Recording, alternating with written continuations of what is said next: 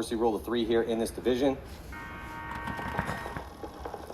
And on the breakout, both teams diving bodies in the snake. A little bit better field position for Supra as they take both D1 and D3. But losing that first snake player out of the snake too. With a response, shooting one of the Splat Houston players out of that hurt scan. 4-on-4 scenario. Yeah, 4-on-4. No one in the snake at all right now for Supra. And now they're going to make a move up the middle of the field, gets that mini wall out of the back center, and get a body into the snake. It's going to go out in the outside snake 1, so it's mirrored up here on the snake side in this 4-on-4 battle. Yeah, you can tell a little difference in the communication here. Guys are just calling bunkers, trying to figure out where the bodies are. There's not as much of an assumption as there has been in the Pro League, but another body coming off for Splat Houston. 4-on-3. Yeah, 4-on-3 in favor of Supra. Let's see what they do with this body advantage. Oh, they dropped the body from that D1, so just throwing bodies back and forth here. Now down to a 3-on-3. In favor of no one. No score. Even on the body count. Pretty even on the spread as well, too. As both teams have a body in snake 2, both teams with a body in the mini wall, and both teams with the body out on that D side. But a little better position now for Supra as they push into that 50 Dorito. That big brick on the far side. Yeah, and I don't know if Splat Houston knows he's there. He's wrapping around, he's not feeling any pressure, he's got to be careful. Gets a as shot. He does get the crossfield shot, so a little 2-pack here. And then another one coming off, that leaves just the mini wall, he's going to fully commit, and they shoot out that body, so first point is going to go to Supra. 2 bodies left alive to hit the buzzer, and there goes the concede. Supra against Splat Houston, point 2. For 3rd and 4th. So Supra FILIUS with a 1-point lead here. And 8 minutes on the clock. They're going to push the issue in the snake here, even up a point. Going to cost them a body, and does look like they got a kill, though, on Splat Houston crossfield. So it's 4-on-4. Looking for this snake 3 player. He gets the shot on that Dorito side can against Supra. 4-on-3 situation, but better positions on the Dorito side for Supra. Few adjustments here from Splat Houston. Yeah, Splat Houston with the body in snake 3. He's got some help behind him. They're out on the into the mini wedge. Player in snake 2 here for Splat Houston. They have the body advantage, and they have the ball over on the Dorito side. That back center is not committed to holding him. As soon as he gets wind of what's going on, you'll see him stand over the top, start to wrap, especially as that back center leaves into the mini. Yeah, he leaves into the mini wall. He needs to pick a side to put his gun. He's head checking both ways. He's kind of looking at his snake player. Running referee checks out the Super player there in the big wedge. Looks like he's clean. Big voice, though, doing a great job communicating over there for Supra. Yeah, and then Super player here in the snake just dedicated his gun down the sideline, try to catch the snake 3 player if he comes around trying to get up past the 50-yard line.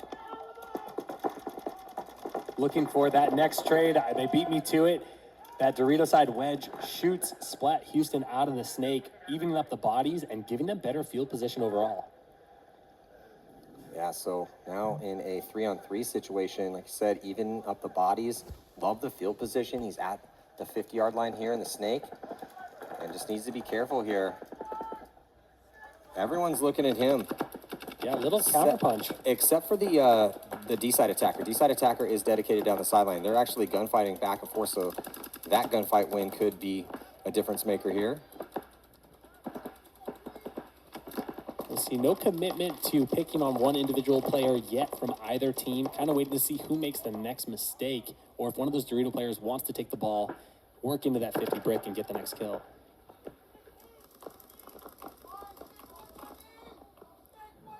Yeah, so Snake 1, he was saying Snake 1's on him. The 32, Snake 1 actually has switched off and went back on the inside here. First to make the move into that Dorito 50 brick. Well, great, Supra. great. He called the code cross field. He said, "Hey, Snake 1's on me." But 32 had switched his gun, so even though it makes that spot, and if they're calling that Snake 1, which we are too, he gets that kill cross field. Yep. There's just not enough time. When he makes that call, it's probably already too late. Yeah, so just a little bit of miscommunication here from Supra. Turns it into a 32, a 3-on-2 in favor of Splat Houston. And so it looks like we're going to see a tie game with about 5 minutes left to go here pretty soon. If they can close out on this last body left alive. He was trying to decide where to put his gun. And while he's making that decision, gets shot out. So solid close in that 3-on-3. Yeah, I agree with all that. Yeah, great job. Yeah. Rustin made a great move, and they are doing great. They're up 2 and 1 point away from taking victory. So jumping into point number 3 here with just 4:34 to go. Supra first to drop a body, and it's going to be that guy going to the mini wall, and that's the only Dorito side hold. So nothing holding back Splat Houston from pushing down that Dorito side. Yeah, Splat Houston making a move into Snake 2. Being careful on the engagement, though. Supra going to crawl up here into Snake 3, but good overwatch and good zone control for Splat Houston, but they also drop a body at the same time. 4-on-3 situation in favor of Splat Houston right now.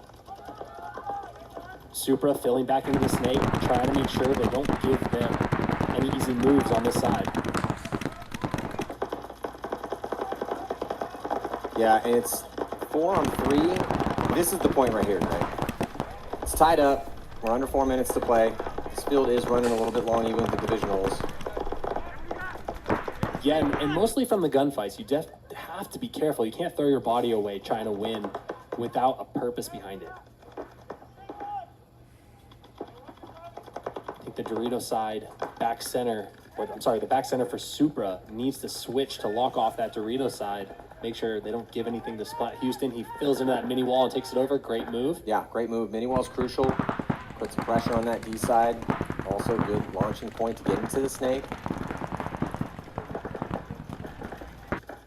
Now this setup's starting to look like a pro match. This is a really common setup. Yeah, everyone gets into these spots and then they start gunfighting each other. All tucked into their spots and shooting some lanes. But crawling up here into Snake 3. Yeah, this super player in the Snake 1 needs to pick a side. Greg, it looks like the divisional players down at D5 are a little bit more willing to risk it to get into Snake 3 than the pros are. I love it. Yeah. It's a little bit more offensive-minded early on for D5. We're not seeing that dedicated gun from that Dorito side cam shooting over the beam. And even when they've been there, they haven't really made the shot yet. So I think that's what's allowing it. I don't know what you tell your guys when you're coaching, not to give you any hints because we're battling in WCPPL, but I tell my guys a lot, like, I don't know if I can make that. I'm like, yeah, Colt Lukow is not shooting the lane when you run there. Exactly. Let's test the gun.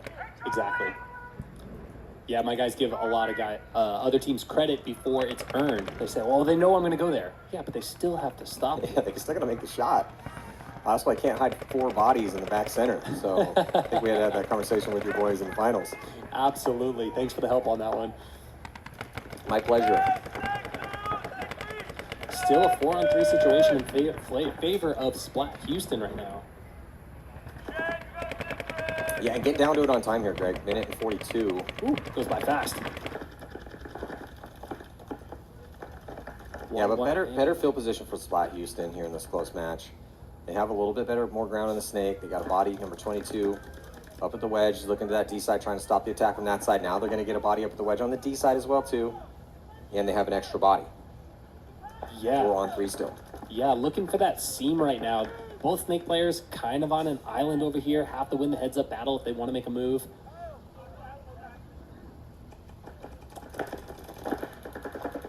This is that moment where I like to see the second player on the Dorito side that's now in the small wedge move into that big Dorito 3 and start working on that mini wall to get into the 50.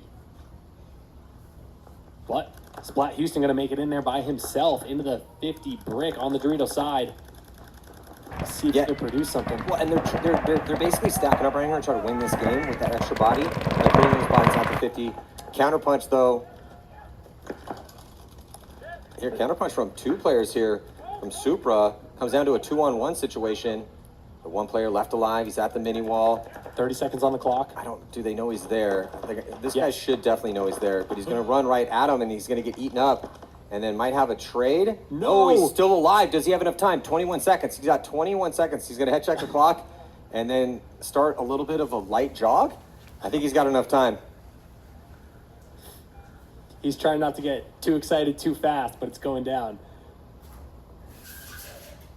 And he's going to wait until it gets down to the very end and then hit the buzzer with just 1 second left to go. Oh, Giving me a little mini heart attack up here, number 4. Splat Houston giving me a heart attack, running 2 bodies straight at the guy in the mini wall. So, yeah, Splat Houston, that was their chance to take third right here because they had the extra body.